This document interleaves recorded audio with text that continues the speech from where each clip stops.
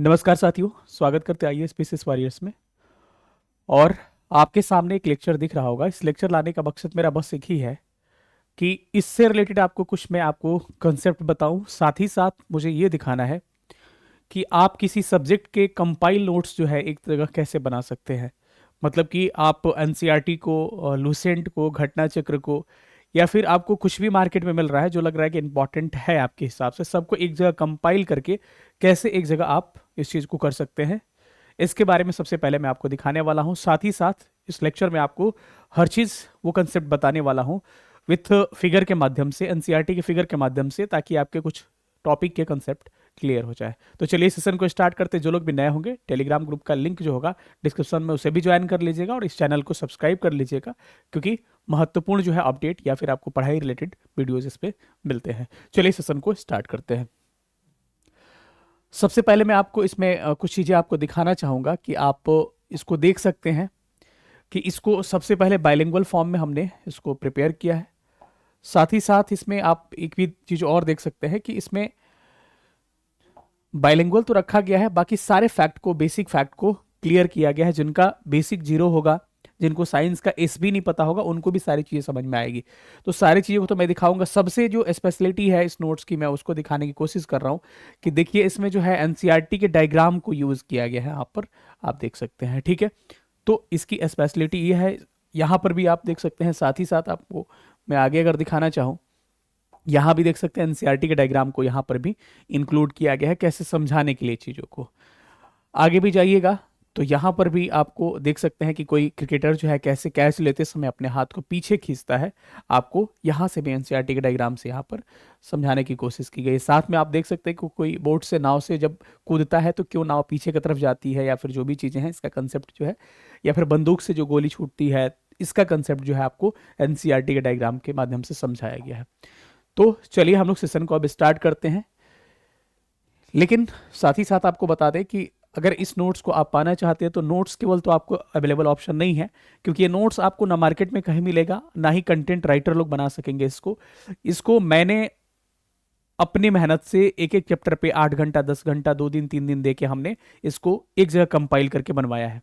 और इस नोट से बाहर एक क्वेश्चन संभावना है कि बाहर नहीं आएगी। अगर 11-12 से पूछता है तो अलग बात हो गया।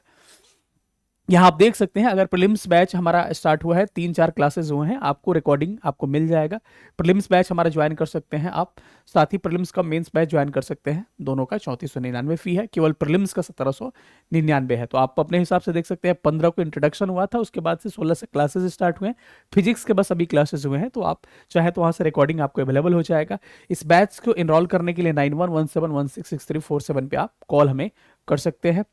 इस बैच के फीचर्स में आपको बता दूं तो इसमें आपको ऑनलाइन मोड में ये होगा, डेली 2 क्लासेस होंगे। लाइव आपको क्लासेस अगर छूट जाता है तो आप रिकॉर्डिंग देख सकते हैं। आपको बोर्ड पीडीएफ का रिक्वायरमेंट होगा तो दे दिया जाएगा। टॉपिक वाइज नोट्स जैसे आप देख सकते हैं, यहाँ पर टेस्ट हो गया, मंथली टेस्ट हो गया, एनसीईआरटी बेस्ड कंप्लीटली होगा, आपको मैं दिखाऊंगा पीवाईक्यू के आधारित। और 1-to-1 मेंटरशिप कंप्लीट हमारे यहाँ है, ऐसे कहने के लिए नहीं। अगर आपको किसी भी चीज़ की प्रॉब्लम आती है तो हमसे डायरेक्ट कॉन्टेक्ट कर सकते हैं आप। और फी आप यहाँ देख सकते हैं, 9117166347 पे आप हमें कॉल करके आप इस बैच से एनरोल कर सकते हैं। मेंस का बैच भी देख सकते हैं हमारा 22 मार्च यानी कि आज से स्टार्ट, जिसमें GS1 GS2 ऐसे को हम लोग कवर कराएंगे। साथ में आपको मोड जो होगा हिंदी इंग्लिश होगा, वीडियो लेक्चर्स इसमें मिलेंगे आपके, उसके पर्सनल मेंटरशिप मिलेगा, कॉम्प्रिहेंसिव सिलेबस कवर करवाया जाएगा 29 सेक्शनल और 6 फुल लेंथ टेस्ट के माध्यम से। एक्सपर्ट फैकल्टीज के द्वारा कॉपी चेक की जाती है और यहाँ पर नोट सब चीज़ का सबसे पहले दिया जाता है, इंक्लूडिंग एसे। आंसर राइटिंग होगा, रैंक लिस्ट दिया जाएगा, टॉपर्स कॉपी दिया जाएगा, मॉडल आंसर होगा आफ्टर टेस्ट। सैटरडे संडे को टेस्ट होता है। इस बैच से एनरोल करने के लिए 9117166347 पे आप कॉल कर सकते हैं। साथ ही साथ टीआरई के सारे वही फीचर्स मिलेंगे जो आपके बीपीएससी 72वीं को मिल रहा है। सारे ऑनलाइन मोड में सारी फीचर्स आपको यहाँ पे अवेलेबल है। टीआरई का, आप पीआरटी का कंप्लीट सिलेबस होगा, बाकी जिनका हिस्ट्री और ज्योग्राफी होगा उनका भी 6 to 8 आप कवर कर सकते हैं। साथ ही साथ आप 40 मार्क्स के सब लोग कवर कर सकते हैं यहाँ से, ठीक है। ये बैच भी आपको 15 मार्च यानी 72वीं के साथ से स्टार्ट हुआ है। और इस बैच को एनरोल करने के लिए भी आप इस नंबर पे 9117166347 पे क्या कर सकते हैं, हमसे कॉल पे बात कर सकते हैं। और इसका फी है 999, ठीक है। तो चलिए हम लोग अब कंसेप्ट पे आते हैं थोड़ा सा और मेन मुद्दों को समझते हैं। सबसे पहले मैं आपको कहूं कि जो है बल यानी कि फोर्स किसे कहा जाता है। तो देखिए फोर्स जो है एक तरह का कह सकते हैं ना कि कभी आपने फोर्स को फील किया है, महसूस किया है, तो कई लोग कहेंगे बिल्कुल महसूस मैंने किया है, हवा आता है तो पता चलता है। लेकिन उसको महसूस नहीं करना कहते हैं, उसको फेल्ट नहीं करना कहते हैं, उसको कहते हैं कि उसके प्रभाव को, उसके इफेक्ट को आपने फील किया है। तो ना आपने देखा है कभी, क्या आपने फोर्स को देखा है कि अरे भाई फोर्स भाई आइए इधर आपसे मिलते हैं? कभी नहीं देखा होगा। क्या चखा है कि भाई फोर्स खट्टा है मीठा है? तो ये फोर्स का, बल का कोई ऐसा मतलब आपको चीजें, क्वालिटीज या फिर आप कह सकते हैं इसकी फीचर्स नहीं पाए जाते हैं। ये क्या करता है, किसी अगर ऑब्जेक्ट पे लगता है तो उसका स्टेट बदल देता है, अवस्था बदल देता है, उसका पोजीशन बदल देता है। मतलब मानिए कि यहाँ पे मैं खड़ा हूं, मेरे को धक्का दिया, कोई फोर्स लगा, मैं यहाँ अपना, मेरा पोजीशन चेंज हो गया, ठीक है। उसका आकार, साइज बदल सकता है। कोई बड़ा चीज जैसे कि आटा का जो कहते हैं ना, जिससे रोटी बनाते हैं, तो आटा का पहले गोल करते हैं, उसको दबाते हैं तो चौड़ा हो जाता है, उसका साइज बदल जाता है क्योंकि उस पर फोर्स लगता है। उसकी आकृति बदल सकती है। मेरा फेस है, मैं इसको ऐसे कर दूं, आकृति बदल गई, यानी कि उसका साइज के साथ आपको कह सकते हैं इसका शेप भी बदल जाता है। इसकी अवस्था, स्टेट भी बदल जाती है, एक स्टेट से दूसरे स्टेट में चला जाता है, ठीक है। तो ये क्या करता है, ये फोर्स का बेसिकली काम है। लेकिन आप एनसीईआरटी का ये वाला लाइन जाकर आप पढ़ सकते हैं, हु बहु एनसीईआरटी में लाइन दिया गया है कि फोर्स को ना हम केवल क्या कर सकते हैं कि no one has actually seen, tested or felt force, however we often or felt its effect. मतलब कि वास्तव में बल को ना किसी ने देखा है, ना उसे किसी ने चखा है, ना उसे किसी ने महसूस किया है। उसके प्रभाव को हम क्या कर सकते हैं, महसूस कर सकते हैं। यहां पर डायरेक्टली मैं पीडीएफ से बता रहा हूं, लेकिन सबसे पहले मेरा नेचर है कि मैं पहले व्हाइट बोर्ड पे समझाता हूं सारी चीजों को, तब हम लोग पीडीएफ पे आते हैं, ठीक है। अब आगे चलते हैं। तो फोर्स जो है, आपको पता है फोर्स कैसी, फोर्स जो है क्या होता है, एफ बराबर आपने एम ए को पढ़ा होगा, यानी मास इंटू एक्सेलरेशन को पढ़ा होगा। जहां पर मास क्या है, द्रव्यमान है, ए एक्सेलरेशन है। इस हिसाब से इसका एसआई यूनिट निकालने की अगर हम बात करें तो फोर्स का एसआई यूनिट क्या हो जाएगा, मास का क्या होता है, केजी होता है, और एक्सेलरेशन का क्या होता है, मीटर प्रति सेकेंड स्क्वायर होता है, ठीक है। और इसी को हम लोग क्या कहते हैं, न्यूटन कहते हैं, ठीक है। अगर सीजीएस पद्धति में अगर चले, सीजीएस पद्धति में, तो इसका एसआई यूनिट क्या हो जाता है, आप मान के चल सकते हैं कि सीजीएस में हो जाएगा 1 न्यूटन डाइन हो जाता है। क्या हो जाता है, डाइन हो जाता है। और कहा जाए कि डाइन का एक्चुअली फॉर्म क्या होता है, तो 1 न्यूटन इज इक्वल टू क्या होता है, 10⁵ डाइन के बराबर होता है। और फोर्स जो है एक तरह का कैसा क्वांटिटीज है, एक तरह का आपका ये वेक्टर क्वांटिटी है, मतलब कि ये सदिश राशि है। सदिश राशि की में क्या होता है, आपको इसका डायरेक्शन भी होता है, और साथ ही साथ इसका मैग्नीट्यूड भी होता है, और साथ ही साथ ये फॉलो करता है किसको, ट्रायंगुलर लॉ को। हमने पेड क्लास में बता चुके हैं कि ट्रायंगुलर लॉ क्या होता है, ट्रायंगल लॉ क्या होता है, त्रिभुज का नियम क्या होता है। त्रिभुज का नियम होता है कि मानिए अगर दो वेक्टर्स हैं इस तरह से, तो दोनों वेक्टर ए है, ये वेक्टर वी है, अगर इसको हम ऐड करते हैं तो क्या हो जाएगा, इसका जो रिजल्टेंट वेक्टर होता है क्या होता है, vector A plus vector V होता है। तो ये अब जानने की जरूरत नहीं है, 11-12 की चीजें हैं ये, इसमें ज्यादा नहीं जाना है। अब हम आगे थोड़ा सा और बढ़ते हैं। तो इसी चीज को मैंने यहां पर आपको दिखा रखा है कि फोर्स जो है आपको क्या होता है, आप देख सकते हैं यहाँ पर एक्चुअली लिखा है एफ बराबर एम ए केजी मीटर प्रति second square, kg metre second square प्रति, और यहाँ पर इसका न्यूटन होता है ऐसा यूनिट, और इसका डाइन होता है आपका सीजीएस यूनिट, और 1 newton is equal to 10⁵ dyne के बराबर होता है। अब कहा जाता है कि अगर फोर्स किसी चीज पर लगता है, किसी वस्तु पर लगता है, तो उसकी बहुत सारी चीजें चेंज हो जाती है। 5 तरह के इफेक्ट ये दिखाता है, वो 5 तरह के इफेक्ट आप देख सकते हैं। हाँ, सबसे पहले फोर्स किसी वस्तु पे लगता है, किसी ऑब्जेक्ट पे लगता है, तो क्या करेगा, force can bring a stationary object into motion. अगर कोई चीज अगर विराम में है, स्टेशनरी में है, तो उसको क्या करेगा, मोशन में, जैसे कि मेरे को धक्का देके मोशन में ला दिया गया। दूसरा देख सकते हैं कि बल जो है गतिशील वस्तु को रोक सकता है। कोई बॉल आ रहा है तो force can stop a moving object. अगर कोई चीज आ रहा है तो क्या कर सकता है, उसको रोक सकता है वो, ठीक है। तीसरा हो गया कि बल किसी गतिशील वस्तु के चाल में परिवर्तन ला सकता है। Force can change the speed of a moving object. कोई चीजें जा रही है तो उसके चाल में, अगर मैं तेजी से जा रहा हूं तो अगर आगे से कोई धक्का देता है, या फिर कोई साइकिल लेके आ रहा है उसको धक्का दीजिएगा, तो उसका स्पीड क्या हो जाएगा, चेंज हो जाएगा, कम हो जाएगा, ठीक है। या फिर पीछे से धक्का देके गाड़ी को बढ़ा सकते हैं उसका स्पीड, जैसे कि गाड़ी बंद हो जाती है तो उसका स्पीड को हम लोग क्या करते हैं, धक्का देके स्टार्ट करने के लिए उसको बढ़ाने की कोशिश करते हैं।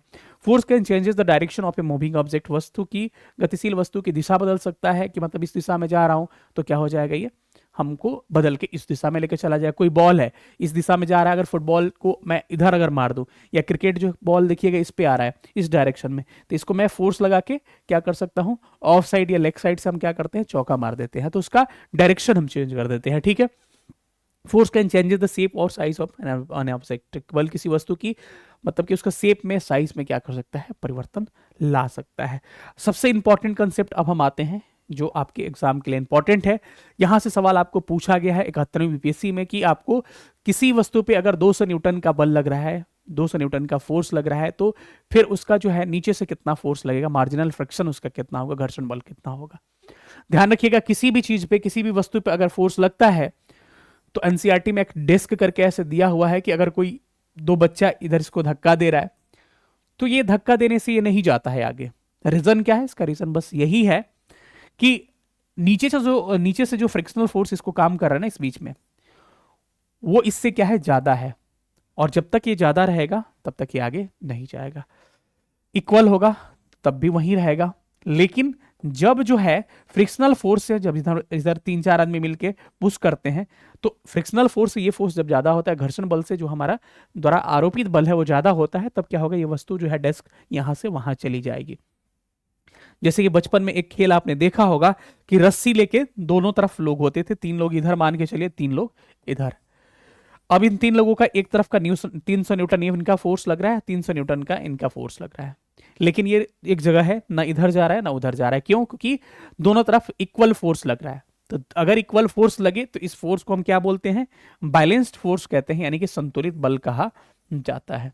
ठीक है, क्योंकि ये संतुलन है, 300 न्यूटन से इधर भी खींच रहे हैं, 300 न्यूटन से इधर भी खींच रहा है। अगर आगे आते हैं तो आप देख सकते हैं यहां पर आपको 300 न्यूटन का फोर्स जो है 3 लोग मिलके इधर खींच रहे हैं, लेकिन बेचारा वो अकेले पड़ गया है और मात्र ये 100 न्यूटन का फोर्स लगा पा रहा है, जिसके कारण बेचारा यहां से कूद के यहां से रस्सी इसके तरफ खींच के आ जाती है, क्योंकि यहां पे फोर्स जो है 300 न्यूटन का हो गया और यहां 100 न्यूटन का हो गया, यानी कि ग्रेटर देन ये हो गया। और जब भी मैंने कहा कि इक्वल होगा तो ना वस्तु आगे जाएगी ऑब्जेक्ट, ना पीछे जाएगी, लेकिन जब ज्यों ही जिधर ज्यादा होगा फोर्स उस तरफ चला जाता है। तो यहां आप देख सकते हैं ये ज्यादा हो गया। इस तरह के फोर्स को अनबैलेंस फोर्स कहते हैं, क्योंकि इक्वल फोर्स यहां नहीं है, असंतुलित बल के नाम से जाना जाता है।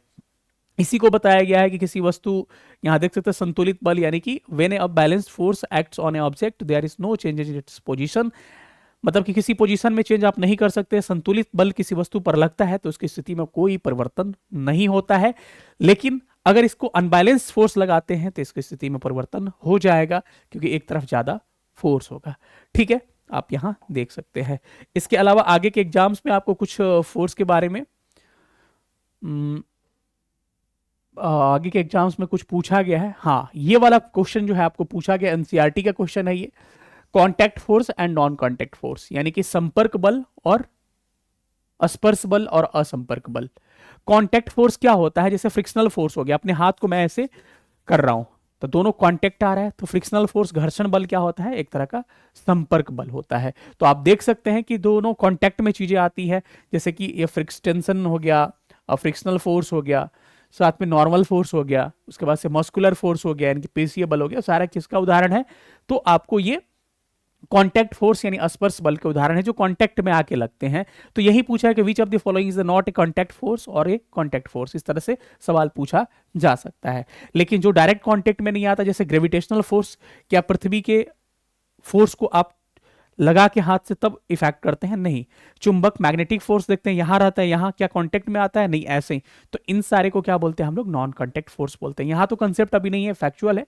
आगे आपको फोर्स लॉ इन मोशन में केवल आपको क्या देखने को मिलेगा, आपको बेहतरीन कंसेप्ट देखने को मिलेगा। ठीक है, फिर से कह रहा हूं मैं कि अगर किन्हीं को बैच से हमारे इनरोल करना है तो बैच आगे ना निकल जाए, अभी 3-4 क्लासेस हुए हैं। आप दिए गए नंबर यानी कि 9117166347 पे हमको कॉल करके आप टीआरई का या फिर 72वीं का बैच में एनरोल हो सकते हैं। कैसा लगा सेशन सब लोग बताइएगा। मिलेंगे किसी अगले सेशन में किसी नए लेक्चर के साथ, तब तक अपना ख्याल रखिए। सेशन देखने के लिए बहुत बहुत धन्यवाद। Thank you so much. जय हिंद।